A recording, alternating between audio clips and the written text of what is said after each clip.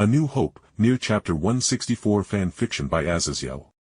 Please subscribe to this YouTube channel for listening and patreon.com/Azazyel to read all of his stories. Lansseax's submission added another valuable fighter, and another powerful teacher of supernatural power in the red draconic lightning she was so famous for. To YoRHa's forces among others. Let us see how the Covenant plans to invade Reach when the planet is covered in a thick meteor field courtesy of Radahn, the outside of the planet itself filled with cosmic storms. As once I deal with the vassal of the greater will, I will have killed a Greater Shoggoth, of a great old one. So with the dragon's offered submission towards myself, I obviously took said offer after fighting her. I firmly grabbed one of her horns atop her head with my hands, and then with my other I grabbed her waist to pull her surprisingly soft form against me as I dipped down and bit into her neck. A gentle crunching noise rang out as my teeth cracked and crushed the thin, almost invisible scales covering her fair neck, and I felt Rykard's great rune of devouring come to life as the dragon's blood landed within my mouth.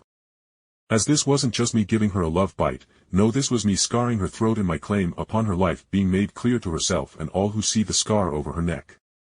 So after feeling my teeth sink into her throat, I pulled back with her draconic blood being a spicy tonic of intense flavor upon my tongue as I looked down upon the shorter draconic figure leaning against me as I let go of her horn atop her head. "Good girl," I whispered, patting her head and making her stiffen at my words before she hurriedly stood up with a small flushed scowl crossing her face. I took a breath as I gave Melina an A2 an amused look as I popped my neck and said, "Alrighty. Now we go into the capital, deal with Morgott and see if my normal methods can deal with the seal around the Erd tree." Pulling up my mana to create a large stone platform for my group of four now with Lansseax, I watched as everyone got on before A2 asked with some amusement, "Jake, is there any other hapless maidens you plan on saving or beating into the ground to join your cause?" My lips twitched before I shrugged and said honestly, "Not really. The more I think about it, the more I think trying to get Melina into my forces would be a terrible idea. As I myself don't have a way to deal with her scarlet rot enmous, so unless I want to literally ruin whatever world I throw her at, I have no real use for her." Our platform began flying off from the mountains we were on, and after a minute, I was wondering things. Like, was it even worth going all the way to the Halleck tree, in like a set of clean wrought armor to show Melina that her dearest Twinkie Miquiala had his physical body stolen by their half-brother Mog and was being mutated?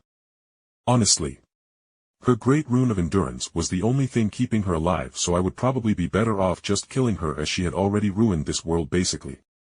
Although I could shove their soul into a YoRHa android frame which could have a slot made to have Miquiala's needle readied for the frame to keep the scarlet rot, outer god, at bay.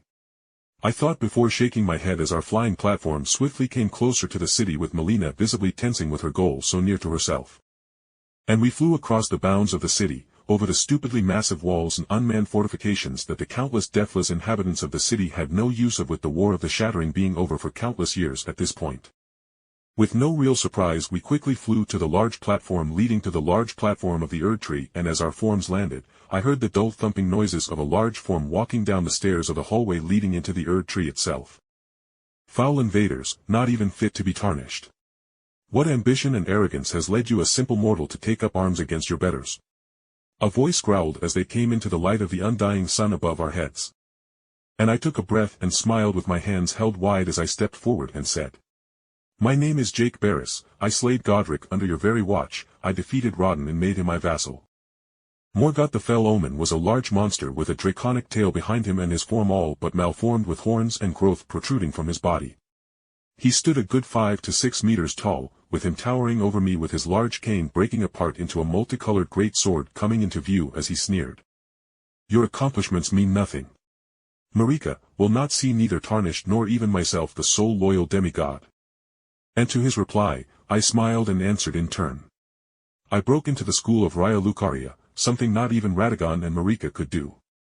I brought Renala's mind back, and she along with Lunar Princess Runni have joined mine forces while I slayed the utterly mad Praetor Rykard and his serpent god host. I could feel a snort ring out in the void as Runni and Renala, who were watching this event unfold, leaked out Runni's noise of displeasure at being reminded so bluntly how I fixed her family. Morgott stopped in place as he allowed me to come up close to him, and as I stood not but 5 feet away from him, both us well within the reach of the other via our powerful magic, and there was a moment of silence as Morgott's old wise and stubborn eyes met mine. "You are but so young. Morgoth muttered as he leaned a bit closer before sniffing, and he actually looked offended as he said in utter confusion. Yes. Your soul is not even 2.5 decades old. How have you bested demigods with so little time to train, time to gain power? I chuckled and I replied with a shake of my head. I am not broken like the tarnished and people who aren't so blessed. I have one life and all my life to give to my pursuits, Morgoth. Now, I am going through you to the Erd Tree. The large Omen King gave me a long look before he actually chuckled and stepped back to brandish his great sword as I felt A2 hold herself in place, knowing I was here to prove myself. Very well, Jake Barris, your drive will lead you to your own death. But I shall accompany you in this battle.